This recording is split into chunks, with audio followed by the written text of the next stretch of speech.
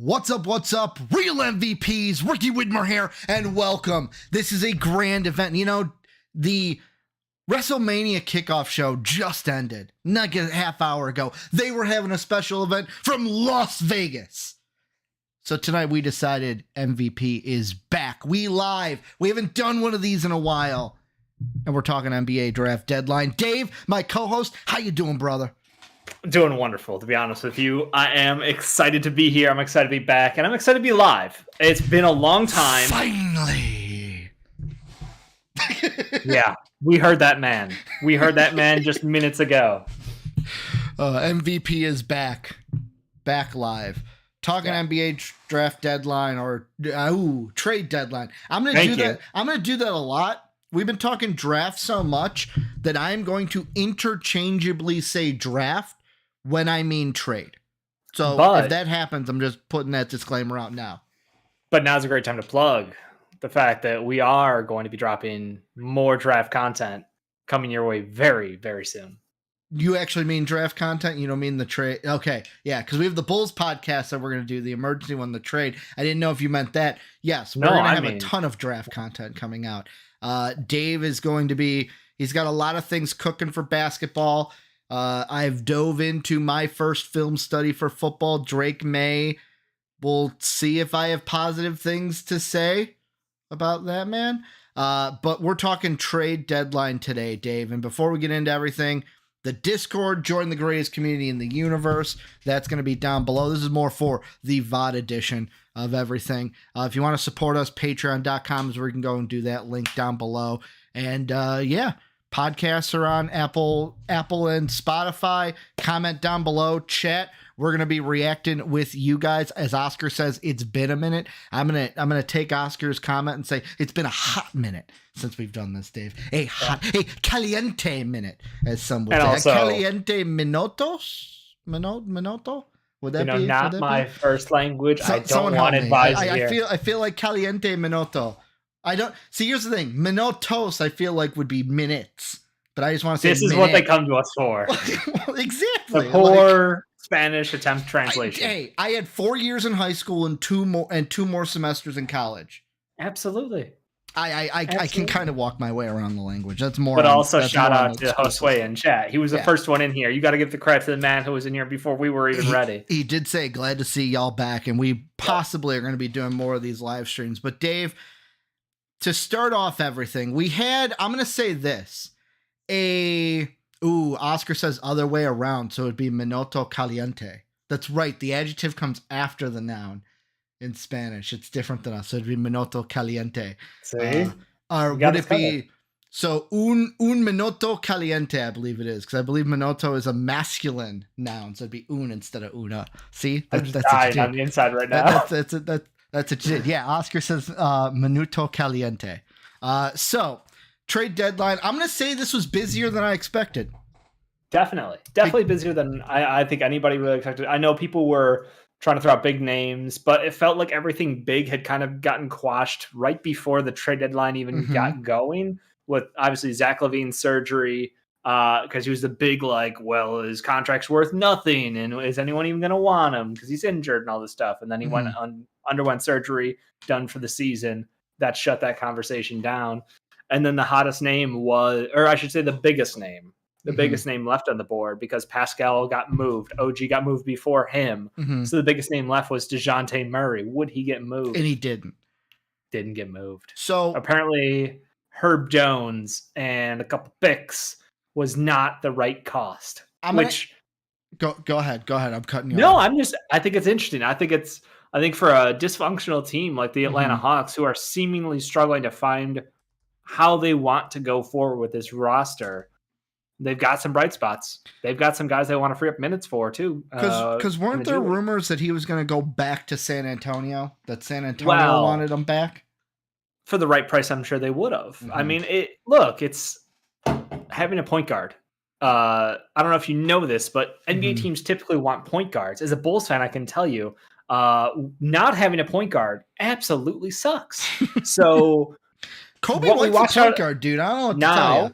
Now he is. Now that he's playing his natural role, and allowed to do what he needs to do, yes, sure. We'll save the Bulls talk for Bulls talk. I will not go way too. I could see the spiral coming in my own head. So we're not gonna. I will say that up the front, Bulls fans that are coming in, you guys will have your own video. We're gonna do an emergency podcast for. We're gonna do an emergency podcast for only the Bulls because I don't want to have to take up an hour of your time here ranting about that and then talk about everything else. Again, yeah. But I guess we'll stay with DeJounte. Yeah. We'll start with that because I had a question. I was going to have you pick where we go first, and Dave decided. Unlike Bianca, who doesn't know her lane for WrestleMania, Dave said, "This is our lane. This is where we're going." It's not, to me, it's interesting because it's like DeJounte, you kind of look at it for the Hawks and you go, well, why wouldn't you trade him? You're dysfunctional. You use the word dysfunctional. Yeah. But is it, they might have felt, hey, we don't have to make this move unless we get the right price, because it's not like he's an unrestricted free agent after this year. He's got an upcoming extension that's been inked, and he still has 3 and a player op yet to go. Yeah, I mean, there's no rush on there, and it was really just for the sake of, hey, we know the duo of Trae Young and DeJounte Murray has not given us the results we wanted. Trae Young's been playing phenomenally. I mean, as much as I dislike Trae Young in the draft cycle, I have to give him credit for what he's doing on the court. Could he be the next Steph Curry? Remember those topics? Yeah, about 8 times that year. I cannot forget. But look, he's been playing great. He absolutely is wonderful. He's deserved his all-star fill-in spot at this point. So I got no problems with keeping them together because there's no rush. This is a team that is not going for a championship this year. You have a breakout star and someone who was in the MIP conversation prior. You know, he's got some injuries and whatnot, but like Jalen Johnson, fantastic future talent, big wing, absolutely exploded on the scene this year. And I know a lot of people were trying to throw that in my face because I had some opinions about him not being a pick and roll ball handler. It wasn't just opinions, Dave. You were feisty when it came to Jalen Johnson. Well, but guess also, what? He was uncoachable in college, it seemed. There were some issues with him being a pick and roll ball handler in college. I'm not saying he was going to be a terrible and worthless player. I'm saying he had some attitude issues, disagree with the coach, and was not able to fill the role that he wanted to do. And guess what? A couple years later, matured, gotten much better as a player, and now he's thriving in the spotlight. So credit to him for that. But like, they're just a team that's kind of like they're not all on the same page right now. And seeing them try to flip DeJounte and only being able to like target Herb Jones, who, credit to him, great defender, but not really a centerpiece I would be hoping for return wise. So the fact they couldn't even get that back says a lot. Oscar says he wouldn't call his team dysfunctional. Speaking of the Hawks. I mean, not to like see for me. It's outside looking in, look as a Bulls fan. Yeah, we know dysfunction a little bit. Yeah. We might be experts. Well, some would say. Dave, sorry, the quote I keep saying: the more things change, the more they stay the same. That's how I feel when it comes to our team. But like the thing I see for the Hawks is, you said it perfectly. Much like our Bulls, they're not going to be competing for a title this year. Let's be honest. Looking at the standings, they're about a game and a half from being outside the play-in looking in. So like there's even a thing of like, is this team even going to make the play-in to where, I mean, changes are going to happen when it comes to the Hawks. It's just right now didn't need to be that time. You didn't need to force a DeJounte. Like fans, we wanted to see a DeJounte trade get done because we like excitement. We want to see new faces in new places. But yeah, the Hawks just sat there and went, no, we're not gonna force our hand. Don't sell cheap. Look to the off season. Maybe the price goes up. However, I will say, I'll ask you, do you think DeJounte stays with Atlanta until that contract year in 2020? What would that be? In 2026, 27, or is he traded before that with more years on that deal? He'll get moved. I mean, there's a lot of teams who were interested in him, but the asking price wasn't right for the time. And obviously the Lakers notoriously standing pat so they can go into the offseason with 3 first-round picks that will be tradable is the big stat line, or is the big headline from them, because They didn't feel like they're going to get good value. Reeves was coming off a heater. D'Lo was playing really well over the last couple of weeks. So they felt like they were just not going to get that return value. And being able to move 1 pick right now versus 3 picks in the offseason, I have a feeling like, that front office is going to churn over about 11 members of the roster yet again in the offseason. So good on them for not selling cheap and not abandoning everything for just moving off a guy who, honestly, pretty good player still. It's not like there's anything wrong with him. Just don't be the Detroit Pistons. That's all I'm saying. Don't. We'll get into the Pistons. Last thing I do want to say, you mentioned this with Jalen Johnson, but Oscar says, can't forget we were missing Hunter and Jalen most of December and March. The injuries do play into things. Dave, the original question I was going to ask you before the DeJounte thing was posed out, guys that were moved, I'm gonna ask you which lane you want to take.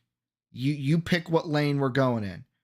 You can either talk about Buddy Hield going to the Sixers, Gordon Hayward going to the Thunder, or the Gaff Daddy and PJ Williams going, or PJ Washington going to the Mavs. I mean, I know our audience. We got to go Sixers here, unfortunately. Right. So before we get started with that, I mean, I just see names in chat for the first time in a long time. Dave's getting hungry. Dave wants to eat. No, I'm just saying, like, we got Reed, we got Pat, like, seeing more names, Philly Sean in there now, like, it's really nice to see people who've watched us for a long time see us again, and I hope you guys stick with us, because we're going to be putting out more content again. And Philly Sean said it, Buddy Hield's finally a Sixer. Dave, the trade was Sixers get Buddy Hield, the Pacers get Furkan Korkmaz, the Bulls killer. Don't know why Indiana waived him. He's a Bull killer. Like, you play the Bulls a lot. Like, keep him for that. They don't need him to beat us. MVP favorite Marukes Morris. He also got waived. And then 3 future second-round picks. Yeah. So, basically, they got 3 second-round picks for Buddy Hield. Am I wrong for thinking that, like, was this just to move him? Like, was it like, oh, we want something. Oh crap, we're not going to get what we want. Just get him for nothing. Get him for 3 seconds. Well, I think they've been shopping Buddy Hield for a long time, almost as long as they've been shopping Miles Turner. So they've known the value of him over the years, and it's not like anything's really changed too much. I think a lot of teams were overrating their trade value and or their assets, I should say. One of the cool things now with the new CBA is second rounders are more valuable than ever. So you see teams start to collect all these second rounders, and it's an interesting choice from a front office where the Pacers are overperforming, and they know that. So they went out and got Pascal Siakam, or C-Scam as we refer to him lovingly. And even with Halliburton's injuries, and him coming back early just to try to maintain that minutes hit, so he will remain eligible for third-team All-NBA at worst-case scenario, so he can get his gigantic contract extension because the new CBA rules. All that being said, Buddy Hield was a luxury, but he was also a roadblock for them. They needed to move on from Buddy to keep giving Ben Mathurin more minutes, keep giving Ben Shepherd more minutes. They've got guys on that roster who need minutes desperately to keep growing, and like Ben Mathurin is a guy. Like, he's just one of those guys who, he's a bucket. He's just an offensive weapon, and he still has upside defensively. Like, I know he's not an absolute lockdown defender or anything. It's the Pacers. Let's be honest. Defense isn't exactly their first, second, or third priority. There's a reason why they hit the over a lot, Dave. Yeah, but the point is, you are gatekeeping your young guys' progression by keeping Buddy Hield there. And as much as you want Buddy Hield to get a playoff game, because notoriously, I don't think he's made the playoffs ever. Won a game in the playoffs, like, it just unlucky, situations. But you gotta do what's best for the team, and this way they get second round picks that they can keep churning through, and they unlock those minutes for the young guys, and team's gonna do great. And other side, Sixers. Go ahead. Well, that's the side I was looking at. I'm looking up right now. So they had to get those second round picks, and that was through the Pat Bev deal, and that was through the Jaden Springer deal. Yeah. So they had to move Pat Bev out of town to get a second round pick. And the overwhelming assumption there is that we are going to see a Kyle Lowry buyout / waiving from the Charlotte Hornets in the next couple days. Yeah. So that way, guess what? Pat Bev out, Lowry in, shocker, Nick Nurse, Kyle Lowry together again. And all those second round picks got them someone who in the meantime can help out. And like, I'll be honest, if I was a Sixers fan, the Pat Bev thing was a shocker to me, only because I didn't know he was on the block for the Sixers. Plus, I love Pat Bev. He didn't either. Love Pat Bev. Like, I can't wait to see how the Pat Bev show changes now that it's not a like Philly, New York. He was right there by the Barstool office. Milwaukee's kind of a bit away. I'm sure he can do it remote if he needs to, but he did. I watched. There was a little clip that I saw today that was great. I don't know if everybody else. Him and Roan probably shed some tears because Roan's a Philly fan. There were no tears, but there was a nice line. Like Pat Bev was talking about how post the Denver game, he asked, he's like, "Hey, are you gonna move me?" And it was like, "No, we're not moving on from you at all." And that was before Joel Embiid was injured. Yes, like surgery injured. And then of course. So like he says that, and then you just see like Pat Bev like contemplating and like kind of disappointed about it, and like obviously like whatever. And Roan just goes like, "So he lied." So he lied. Daryl Morey is a liar. Yeah. James Harden famously. Yeah. The callback just got me. Yeah. That was a moment for me. So that's the thing I can't help but think about when it comes to the Sixers is they had, in my mind, they had to make a move like this because. First off, I'm going to say I'm shocked they didn't move Tobias Harris. But yet again, maybe the right deal wasn't out there. The right person for Toby wasn't out there. I was just shocked that that Toby's still on this team after the deadline. But like the Sixers need to add something. And the Sixers are in a weird position because if Joel Embiid can't come back this year, Dave, I think all Philly can agree with me. Season's over. Wrap it up. You're not winning a title without Joel Embiid. You're not beating that Celtics team without Joel Embiid healthy. You need Joe healthy. Teams, but yeah, exactly. But like the Celtics are the cream. The cream always rises to the top. That's what they are. They're the ones that you must, Dave. That you must. That's what they are. They need to finish the story like Cody, but they needed to add something. And the whole thing is Joel Embiid going to come back and be effective? I think the last thing we heard is 4 or 6 weeks was the reevaluation on his injury to see if like what the next steps are. Right now, the Sixers, let's be honest, even if they tread water, they're not going to fall out of the playoffs in the weak East. No, they're not. And that's the thing. Like this move felt like it was we need to do something because doing nothing clearly isn't working. You can't stand pat, especially with the wing rotation. I mean, they were missing out. Like the plague is going through the team. So Rocco hasn't even played a bunch. Mook was getting a bunch of minutes for them, and Batum hasn't been out there in a minute because he's been out. Did they waive Campaign or not waive Campaign?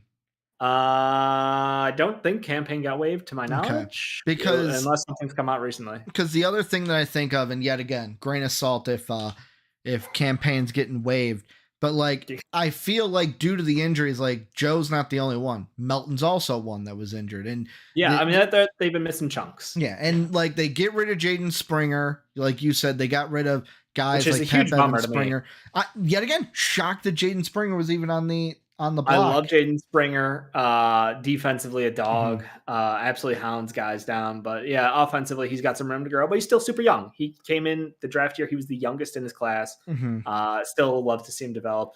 Not sure if Boston will give him a chance to in the G League long term. But hey, hope he sticks around the league. I feel like with this team, because of the injuries they were facing, having Pat Bev and Springer, it's a better upgrade to say, hey, let's have Buddy Hield, who can play next to, he's a starter caliber player that we can have in that starting lineup, because we need somebody to start at the 2 of a higher level than what we have.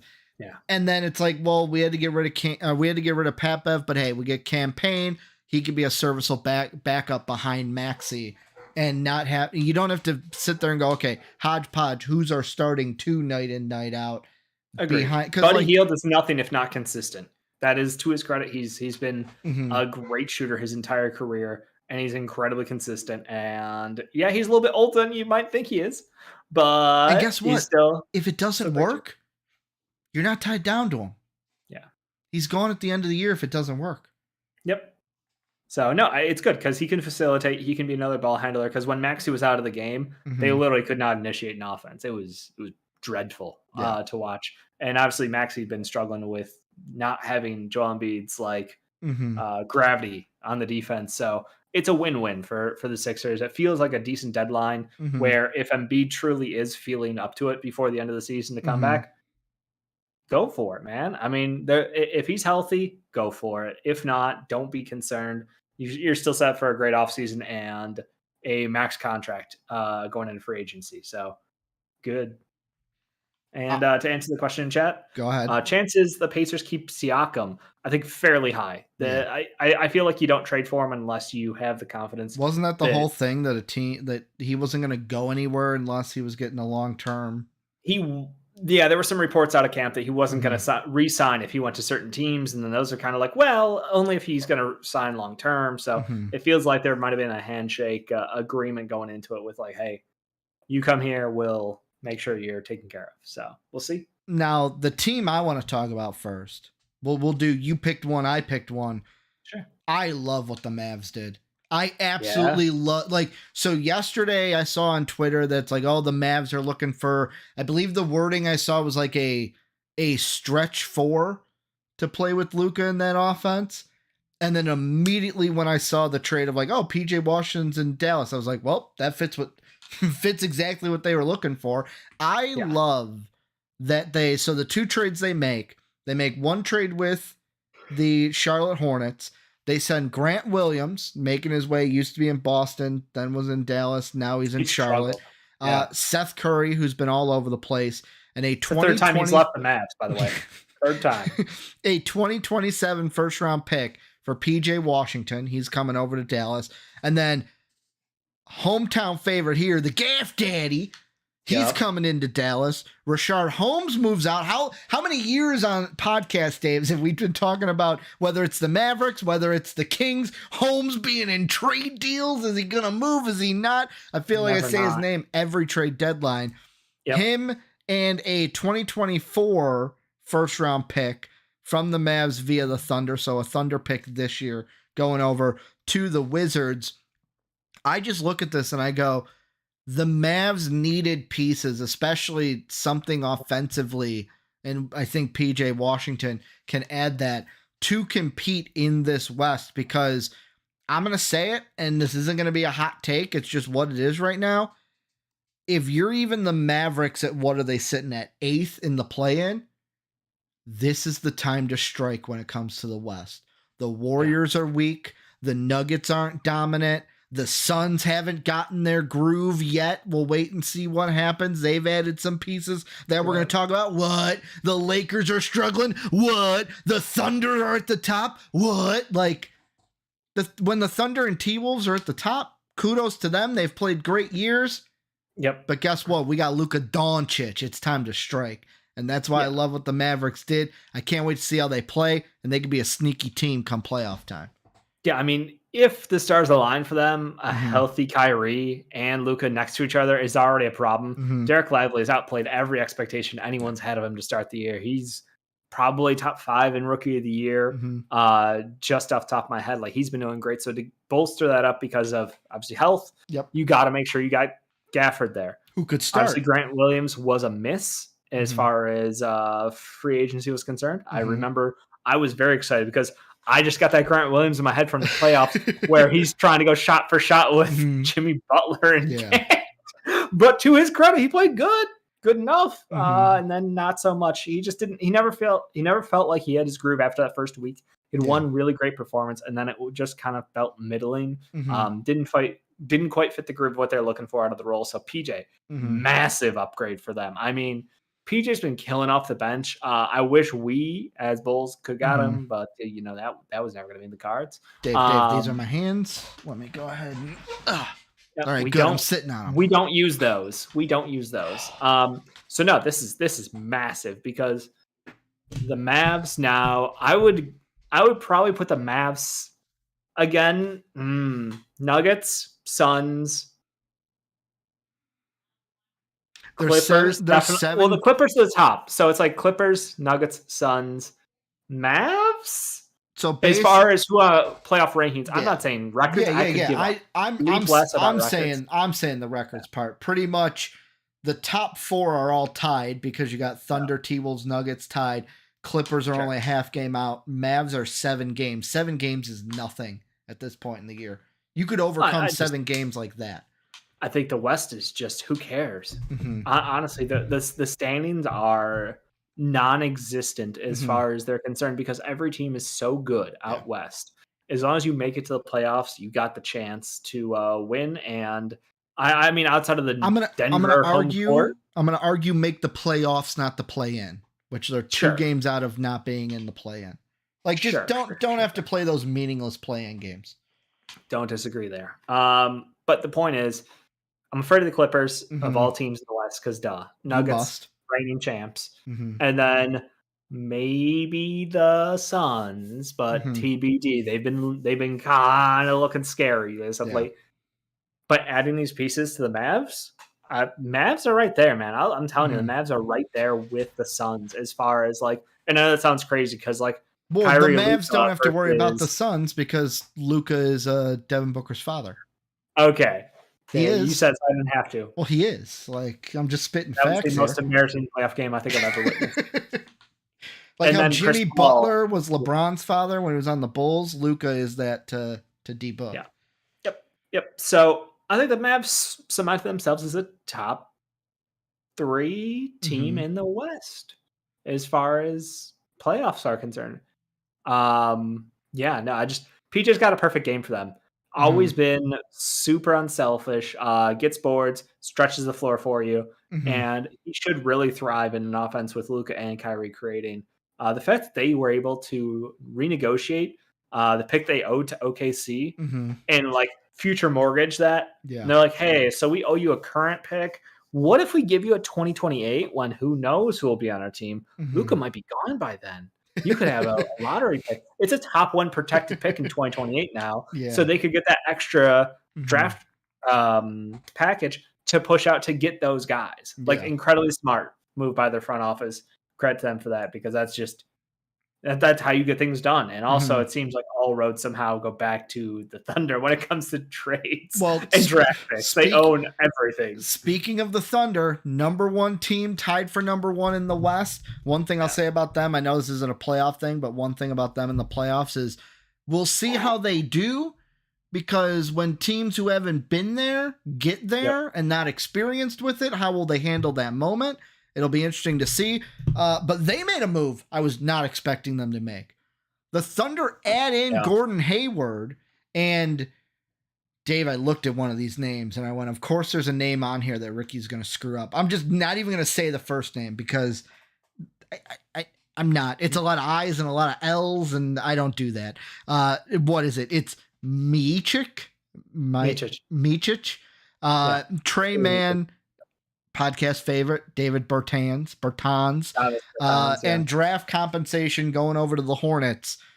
Gordon Hayward is a Thunder. Dave, will he be? I'm going to ask this. Will he be able to contribute because we know the history with Gordon Hayward? He's supposed to be getting ready to play games soon. I'm just saying injury history. He's got a plethora.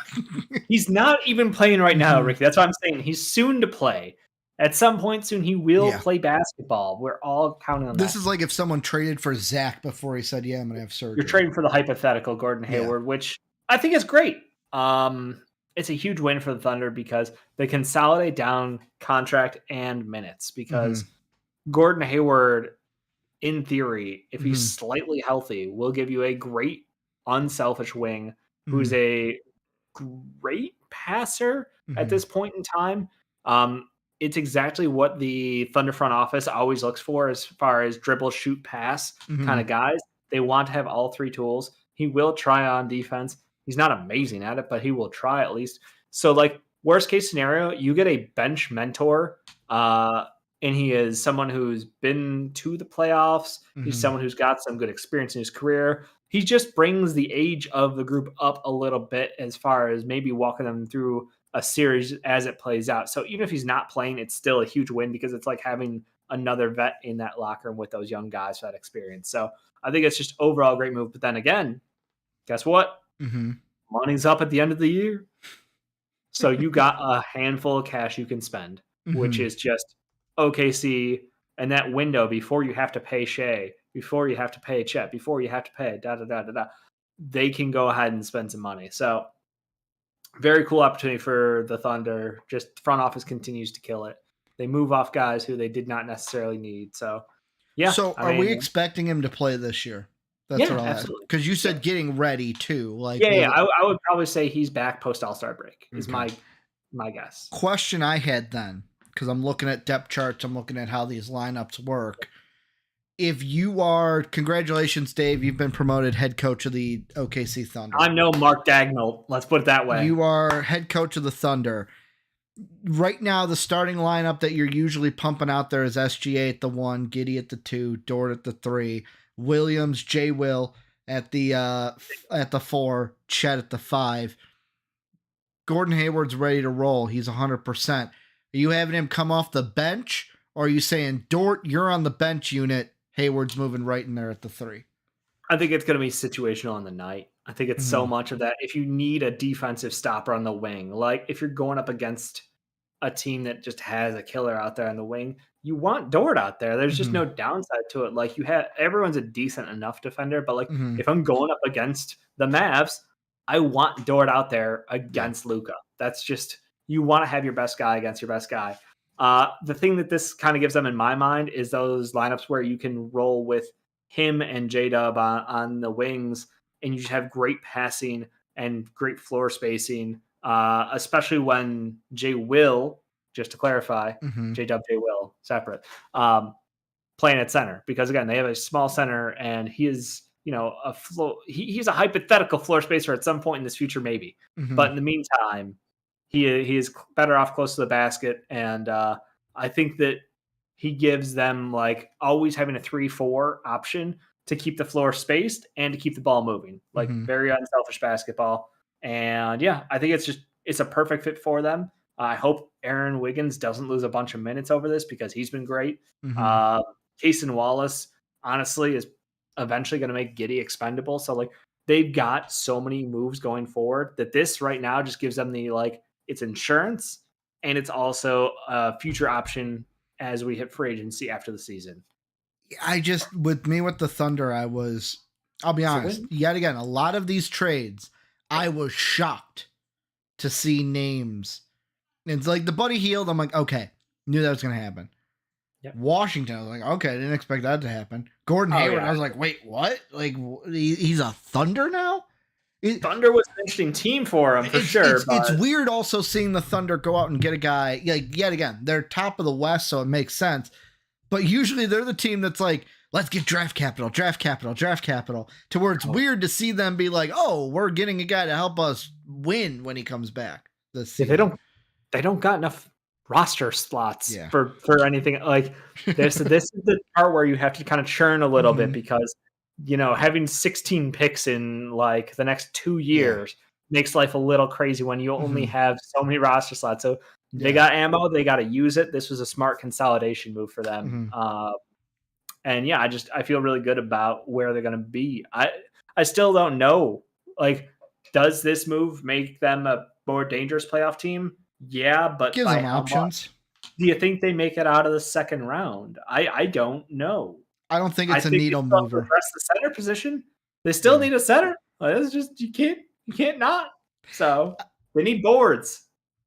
Yeah, with me, if I'm answering what you just posed out there, I don't think this is a huge needle mover. It's not like, oh man, the Thunder. The only thing I can think of, Gordon Hayward, correct me if I'm wrong, from his time with the Celtics, has that playoff experience. I remember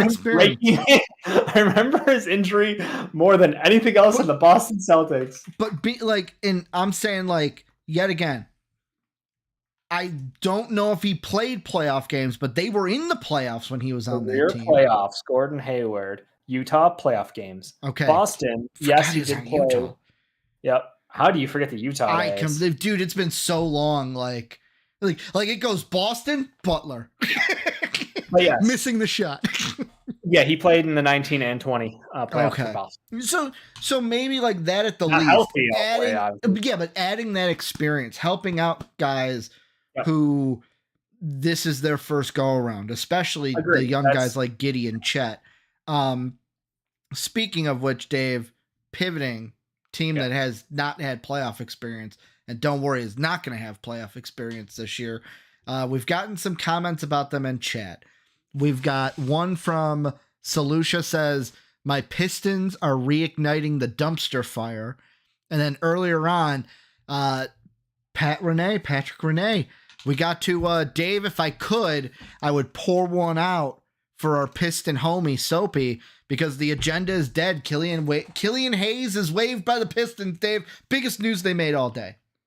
Killian Hayes got waived. He wasn't the only person in the Pistons to get waived. He was not the only one to get waived. They also got rid of Joe Harris. And I think in chat I saw Gallo also. Yep. I haven't seen the tweet for it, but Oscar says Gallo just got out.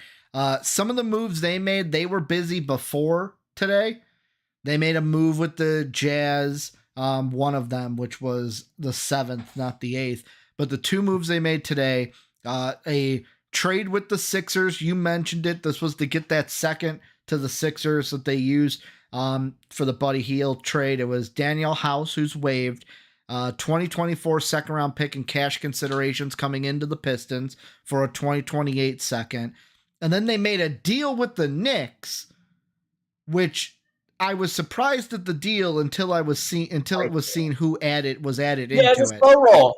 It wasn't added into it. It was a slow roll as far as people wanted to get tweets out early before the whole deal was done. Like the original was, the Pistons are getting Fournier. Don't Google Evan Fournier's name. Malachi Flynn, Quentin Grimes, Ryan Arcidiacono. They're getting 2 future seconds and cash for Alec Burks. And dude, the MVP Discord I just saw was like, wait, what? For Burks? And that was, oh yeah, by the way, they're getting Bojan also. Yeah, I'd say Jake in there trying to clown on him. It's like, no wonder we didn't get. It was like, wow, at least we're not that bad. And I'm like, ... Yeah. Bojan. No, massive win. The Knicks, can we just say the Knicks in season just killed it. Just absolutely killed it. Unfortunately, we'll see if they have knees at the end of the year, Dave. Well, again, OG just underwent surgery. This was elbow, I think. I'm just saying, you know how Tom Thibodeau is. He don't care about them knees. I'm well aware they are playing. I think they only have 8 people in, and Josh Hart was quoted before the game saying, like, if we go to double overtime, I might slap a ref to get thrown out of the game. Like, he is done. So, very excited for them. Yeah, the Pistons just wanted to shove names out of the building. It's weird. Right? Because they were already the worst team, and they just had their best game. They got Jaden Ivey to have his best game as a professional, beat the Kangs, who LOL Kangs at this point again. Tough couple of hours there.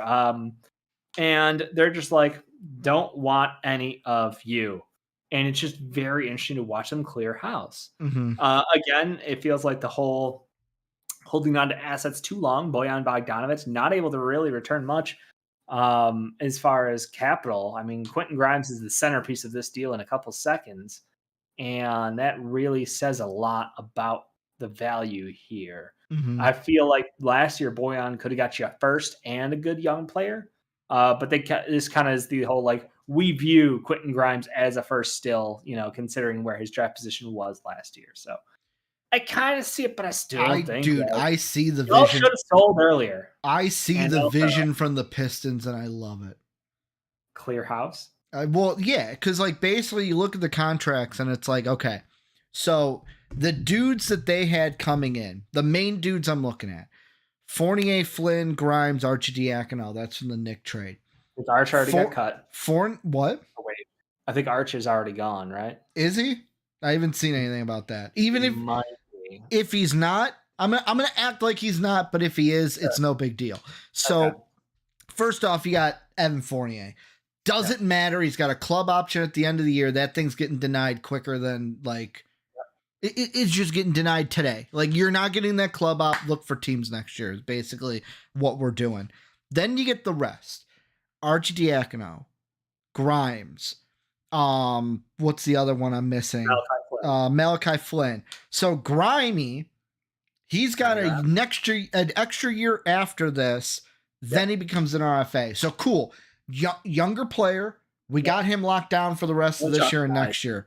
The rest of them, Flynn and Arcidiacono, they're RFAs. Even Simone, who they got from the Jazz the night before, RFA. Dude, just play the rest of the year. If we like you, we got control. He's really good. I know, but like basically they have control over those players to where if they see them for the future, you give them the RFA deal, see if someone matches. I don't know if anyone's going to give any of these guys max deals or huge money. No, I think huge money would be like 10 mil. Yeah. It's like the matching, you won't have to compete with other teams that much. And if you don't like them, cool, let them walk. It was like there's no love lost, and it frees up money to where the Pistons, I don't want to get Pistons fans like, because I know they're going to be like, Ricky, first time, huh? Like you're talking like this is big news and like we're going to do great things.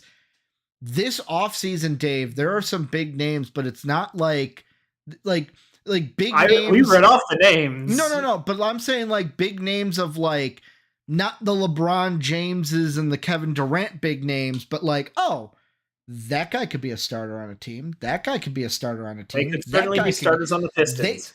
Exactly. They could target dudes and say, hey, we're going to give you money to come here. We've got the pieces with Cade, Beef Stew, Duran. They think Ivy. Some people don't. I know that. Ivy's playing really well. And now that Monty Morris is gone, now that Killian Hayes is gone, their head coach doesn't have an option. They can't keep fucking around and not playing them. Like, it was insane watching. Like, I love Sasser. Sasser deserves his minutes. Who's also an RFA at the end of the year. Yeah. He will stay on a team. He's NBA caliber, no doubt. But the point I'm saying is, like, Jaden Ivey needs minutes, needs to play, and they need to play around Jaden Ivey, which sounds dumb because Cade might be their best player, but Cade needs to play more off ball in order to thrive and be his own best. So letting Jaden Ivey take the rest of this year over as like the tank commander, let him jam the stat lines, let them play around him and Duran doing their 1-5. And I genuinely think that you will see a better Cade Cunningham out of that. Like they've now, terrible stat, they've won more games without Cade Cunningham this year than they have with him. Yeah. I know there's only 7 games. I mean, when you're injured most of the year, that kind of happens. So the point is, horrible head coaching right now. They've now just eliminated a bunch of pieces from that roster and taken away a lot of his decisions. So it feels like the front office and the coach, who they made the highest at the time, and now I think he's like the 3rd or 4th, whatever. Is that because of Doc and stuff? They're Spo. That's right. Spo's deal comes out, which kudos to Pat Riley for that. Popovich and I think somebody else also, but yeah. So point being, that scene in Moneyball where there's a lot of scenes in Moneyball. No, I'm getting there. Where they sit down and he's like, "You can't start him at first base tonight." He's like, "Don't tell me how to run my team. It's my lineup." And he's like, "No, you can't start him at first base because he doesn't play for us anymore." And he's like, "Well, what about so and so? He's also gone."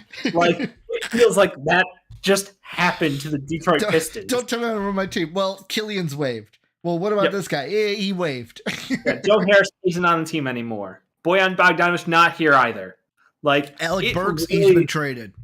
Yeah, I'm not even kidding. I'm like 80% positive.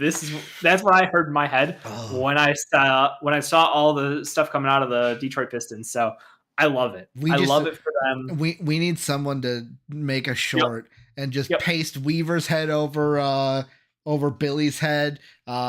Monty's head over the coach's head. Wait, what? What? I'll ask you this. Does Killian find a new home?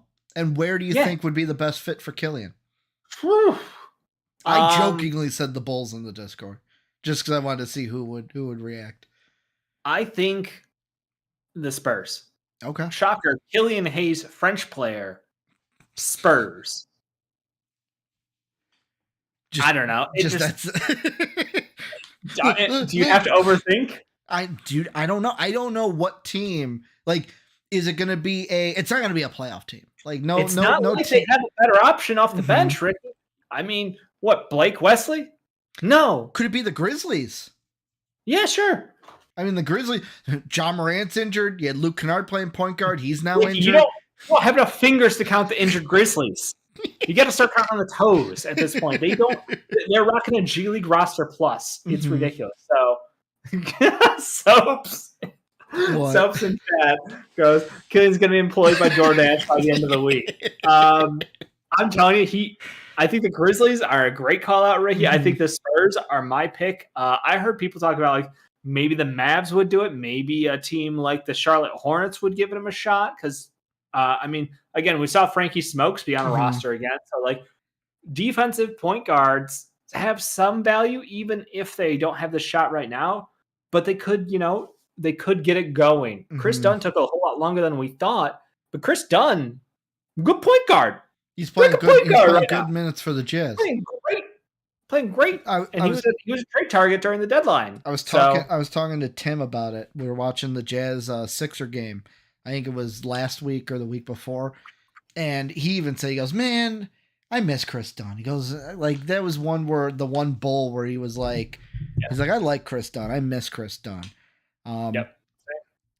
Let's see. What other things do we have on our rundown sheet that we had? So Mavs, Pistons, Knicks, Raptors. They made some moves today. Raptors they traded away Otto Porter Jr., Kira Lewis Jr., and a 2024 first for Olynyk and Akbaji. And then they made a deal with the Nets, giving away Spencer Dinwiddie, who's been waived. And they reverse that. Brought in Dinwiddie, waived.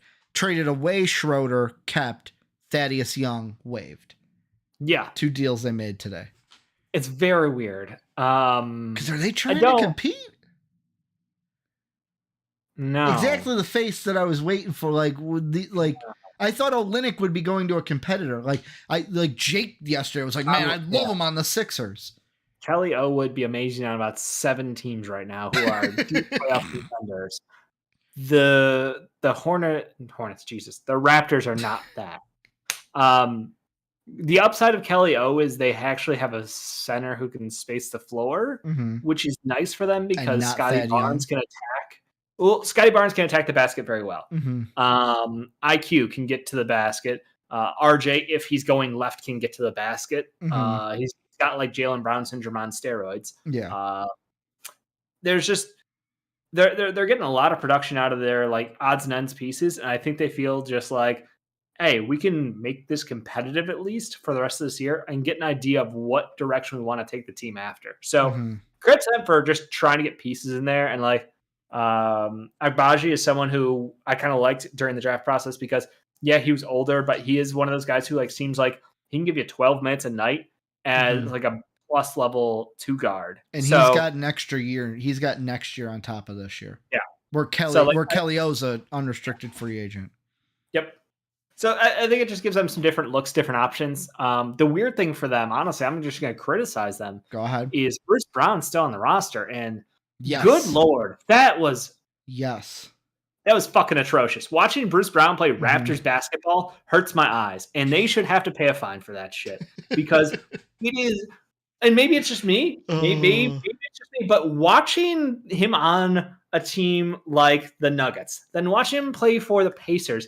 The offenses just clicked. It was seamless. The ball kept moving. He made the right passes. Everything flowed so well. He was able to switch on defense. He was able to take care. I mean, just the fuck are we doing, Raptors? As Jamie Sapp in Discord says, the Raptors going to be mid AF. Yeah, I don't. Are they already mid AF? Are they coming for the Bulls title? Are they trying? No. Yeah. I look at this team and I go, okay, you're 21 games back. The Hawks are 17. So you're basically, what would that be? 4 out of the play-in. Are we just trying, like, can Kelly O help us make the play-in? Like, is that the goal? The new guys in the roster are contributing at a high level. Like, I didn't think RJ Barrett would play this well. I don't know if he'll sustain it, but he's doing great. IQ's been IQ. He's playing at home, Dave. They got Jordan Wara hitting shots for them left and right like a flamethrower, which, I mean, like that's literally the only thing he can do. But let's see. I'm excited. I know myself and J-Dub in our Discord were big War fans during his time in college, and very encouraged to see him in the draft. He's at Louisville, right? Yeah.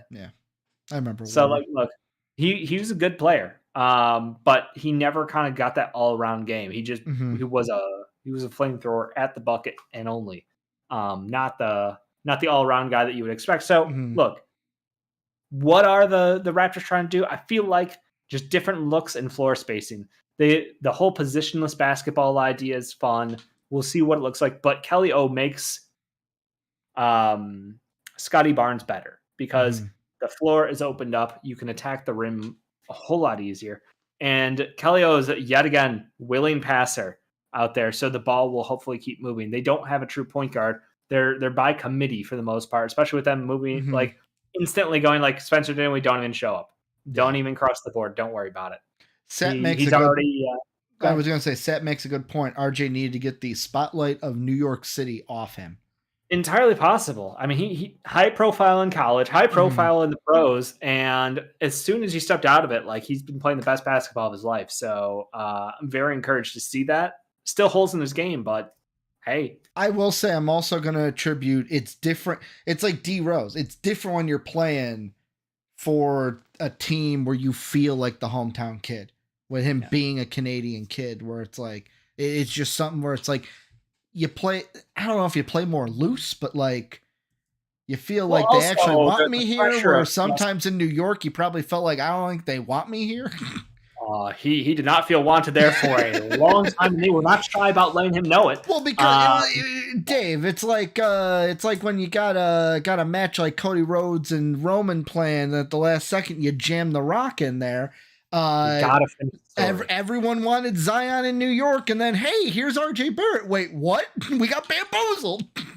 I still need to get that printout of Zion, Kevin Durant. I forgot who the third guy was. I'll wear a Knicks jersey. Kyrie. It was Kyrie and KD, and then they went to Brooklyn. Yeah, that was one off season. Was supposed to be all that at once. By the way, the second best team in the East. Yeah. By the way, I will say, speaking of, I didn't mention this earlier because it didn't come to mind. Did you see what Kyrie said to a Nets fan during the Mavs Nets game? No. So he's inbounding the ball, and this Net fan's like, Yo, Kai, why didn't you play this good when you were on Brooklyn? And he goes, I don't know, ask Mayor Adams. Because they wouldn't let him play because of the vaccine stuff. Yeah. I'm like, okay, that's funny. That got a laugh out of me. Before we go into the last team that added some depth to their team, we kind of mentioned Pat Bev earlier with the Sixers stuff, but I just want to ask, how many games in until Pat Bev wants to basically hurt people in Minecraft because Doc Rivers is his coach? No, he's over the age of 30, man. He's good. They're good, man. I'm telling you. He will. They're fine. Everything's fine. The dog drinking with the house on fire. I'm fine. He won't say anything too bad. He will get 30 minutes a night somehow, some way, because he's old. He's still a good player. He still contributes to a good level. We saw it obviously on the Sixers. He can step up and be that agitator and still deliver, So like, I'm very excited about the idea of the Bucks trying to play defense again. It seems like they, would like to win games, which is a great thing for them. I don't think anybody knew how bad Dame would be on defense. And again, personal life issues, obviously messing with him, going through the divorce and everything, like not to make excuses for the guy, but pretty big life changes moving across the country, leaving your hometown, Dude, so bunch of shit going on. I will say though, like you can say I don't want to make excuses for him, but I feel like divorce is one of those ones where it's like, that's not an excuse. That is, most people don't know how they would react until they're put but in also that situation. Think about a man you got to play at the highest level. In getting divorced in Milwaukee versus getting divorced in Miami. I'm just saying, man, they did not do him any favors. No, they didn't.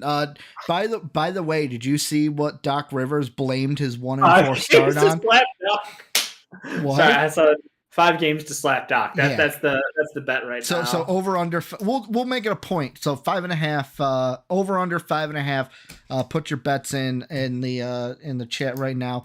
But Doc Rivers, I saw this yesterday, blamed his 1-4 start in Milwaukee, Dave, on 4 things. I want to see if you can guess what these 4 things are. You being a basketball savant, knowing basketball well, what would you say are the 4 things that Doc blamed? I'm not even going to guess. Just read them off. I'm just ready to be impressed. Mm-hmm. Schedule makers. Because whoever scheduled a road back-to-back from Dallas to Utah wasn't doing us any favors. That's the one I targeted. Time zones. And then playing too hard on defense. Playing too hard on defense. Who was playing too hard on defense? Just the team. The team is playing too hard on defense. Oh. Using all of your energy on defense, Dave, you can't use it on offense. I mean, that is a Doc principle, but I'm still just... That is the most just bullshit. And I love how everyone's like, ooh, the man who's unable to look inward. Maybe I'm the problem here. No, he didn't snake the job out by being a special counselor for the team for months. That's not a thing that happened. Yeah. He would never take another man's job out from underneath him. I mean, and it's not like he's known for, not succeeding in the playoffs, for blowing leads, which he's already done. Soapy Doc Rivers blaming time zones is wild. I can never be surprised by the depths Doc will go to just blame elsewhere. But the nice thing about all this? Mm-hmm. There's going to be a new RDC world for Doc Rivers losing the playoffs, and I can't fucking wait to see it. Because he just makes banger after banger of Doc Rivers exiting the playoffs. Yeah, so they were all road games, and they went from Denver to Portland, Denver to Portland, Portland to Dallas, Dallas to Utah, Utah to Phoenix. I'm sorry. At most, right now in the world, it's like... What is that, like an hour difference between some of those places? Like maybe Denver to Portland, because Denver's in the mountain time, aren't they? They're not central time. I know like Texas is weird. I think Dallas is central time, just like us. Because there's part of like the more west you go in Dallas, you go into mountain time. But like when I was in San Antonio, San Antonio is central time, just like us. Well, it's because Texas is so big. I know, yeah, I'm with you. But yeah, it's wild. It's like, oh man, hour difference, man, 2-hour difference. It really messes with your sleep. You can't. Is he just saying that like they should have waited to fire their head coach after the West Coast trip? Maybe. Was that what he was saying? Maybe. Like he does realize what team. You know what? Okay, I feel like that's the answer. But we'll move on to one of the teams that I believe beat him in this 1-4 stretch, and that is the Suns. They made a 3-team deal today.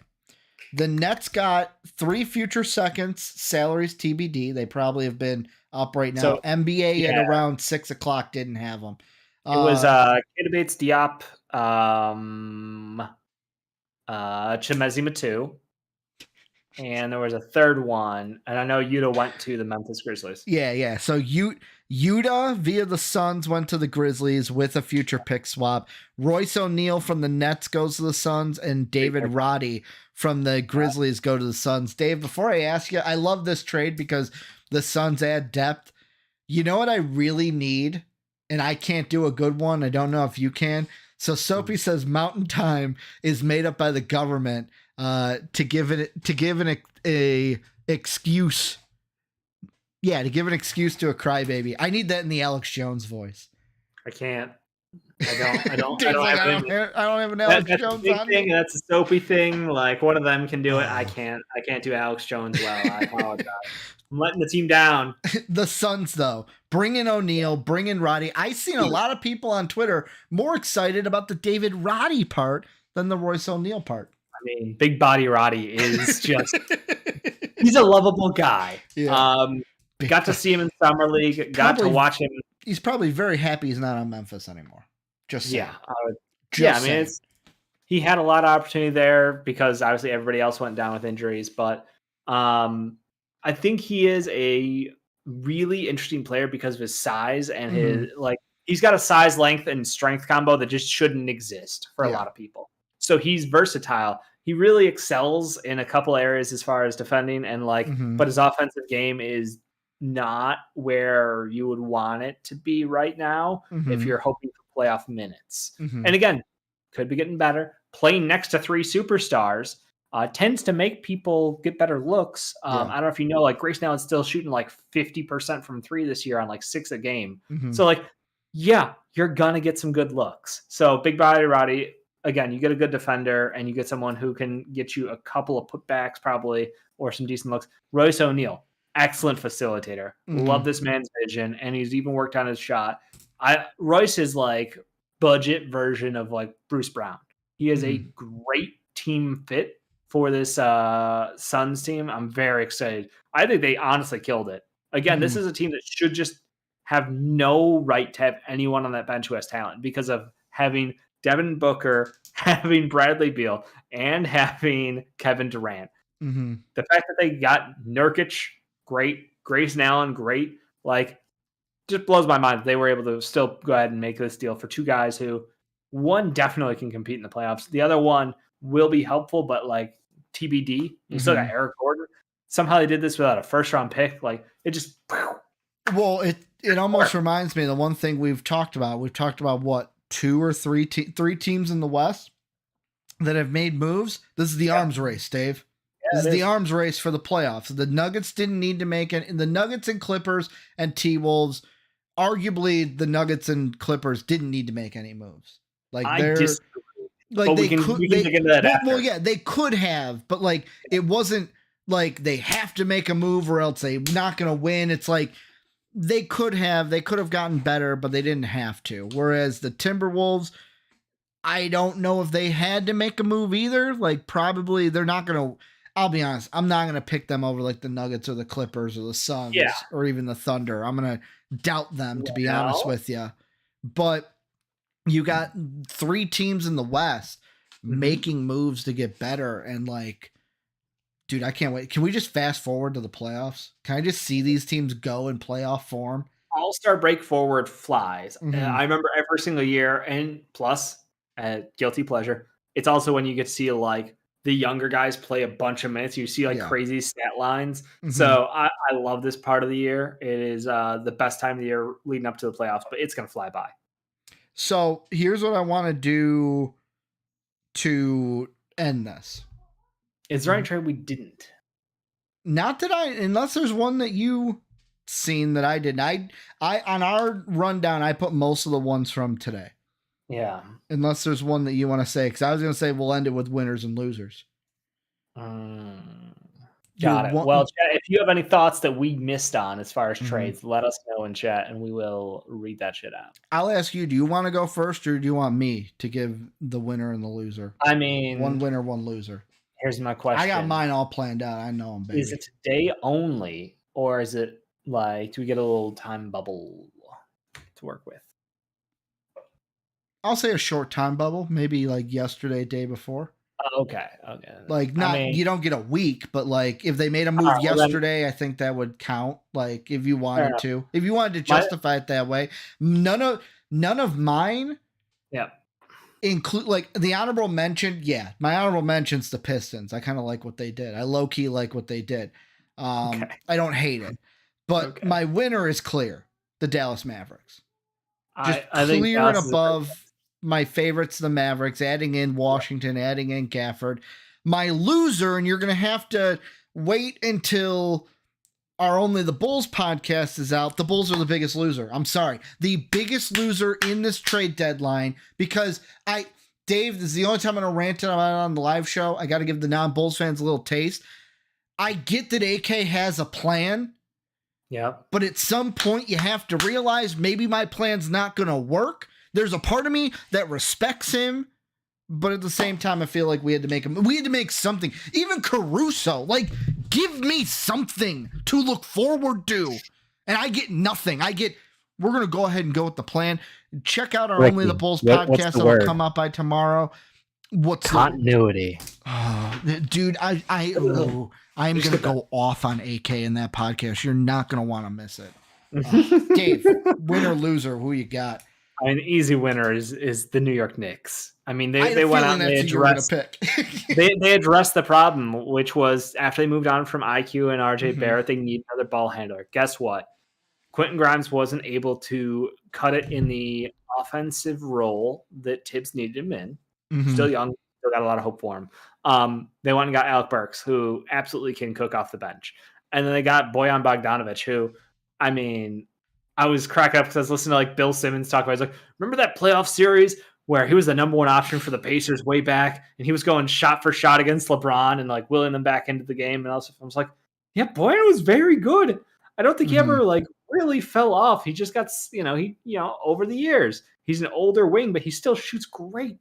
And again, imagine him not having to deal with, I mean, let's be honest. It feels like the Pistons, who you choosing to guard on the Pistons team as far as the defense coming into that one. Yeah. Probably looking at Bojan as the only floor spacer. So the Pistons being able to add scoring, floor spacing, and just great pickups. I think both those pickups were great on top of the OG one they did already. So just Knicks killing it as usual. My loser is probably gonna be the Clippers. Because PJ Washington, PJ Washington was an option. You could have done PJ for PJ deal. I thought you were gonna do the Raptors. That shocked me that you said the Clippers. No, I think the lack of action. Retro's gonna be a little upset. No, I think he would agree with me. Okay. He was the one who kept talking about wanting PJ Washington. You got PJ Tucker over there doing nothing. Literally nothing. This man exists in space somewhere, but he's getting paid by them because he would not get rid of his contract. Like, he still has a player op next year, I think. And there's no way that anyone would pay him that much money. I mean, he's damn near 40. Yeah. They're not paying him. Or I should say they're not playing him. They don't plan on playing him in case, like, if someone gets hurt, sure. But like, he is just a shell of a contract at this point, and they didn't move off of him. And that one kind of confused me a little because I felt like there was opportunities to make the team better. And I get it. You're in first place. You're feeling great. You don't want to mess with things. At the same time, if you can trade James Harden's cheerleader for somebody who actually will contribute to winning games, you should do it. Soapy says PJ Tucker is just there for cardio. He's not even getting cardio minutes.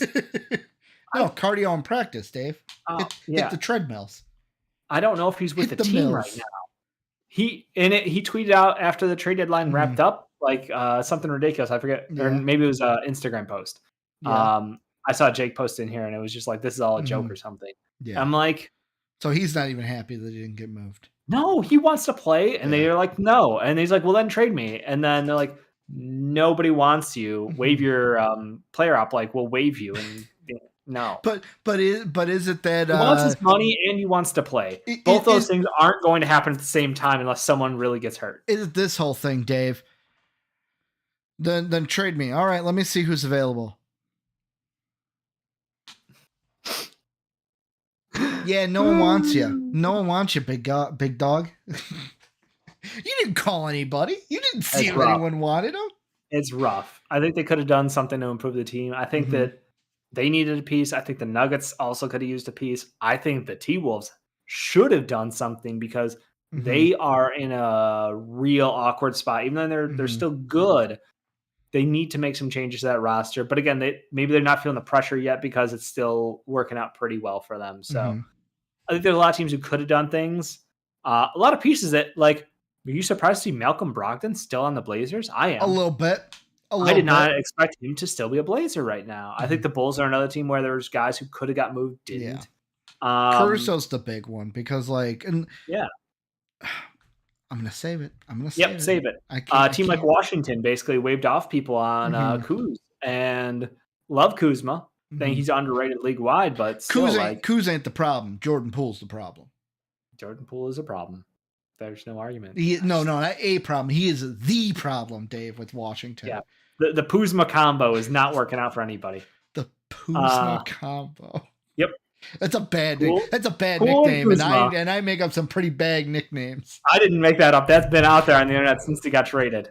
Surprised to see the Heat not make a move today. Mm-hmm. Just a lot of the contenders felt like there are like small tweaks you could have done, but the buyout market's huge. Or waived market now. Laundry list of guys. Spencer Dinwiddie is attending a Knicks Mavs game. Dave, you gotta say it right. Where he's going. You gotta say it right. It's not Spencer Dinwiddie. Dinwiddle. Spencer Dinwiddle. Or if you're beefing with him on Twitter, you call him Din Shitty. Because you're, whatever. But like it looks like he could go back to the Mavs, which hopefully, because he thrived there. And again, I think they've got an opening. Yeah. But there's literally like 15 guys in the buyout / waived area where teams can sign. So very excited to see where that falls out. We're going to have to watch that for the next probably week to see where everything wraps up at. But yeah, it was an awesome trade deadline. Way more action than I expected. But still, I thought we were going to get moved. Not everyone did. I'm glad. I'm glad that there was a lot more. Because Dave, when I was like, we're going to do this, we're going to do a live show for this, I was like, please let there be movement. I don't want to sit here and be like, well, guys, nothing really happened. Like, I'm glad we were able to talk for almost an hour and a half about this stuff with what happened. Yeah, it's been an hour 20. I'm looking at the counter, but I'm a little long-winded. Sorry about that. Is where you guys come in. Let us know down below. What do you think about all the deals that have been going on? Thank you for chat, everyone who got involved in chat. We've got some things on the horizon, some content coming out for you, especially with the draft stuff. New things are coming for MVP. Stay tuned for everything.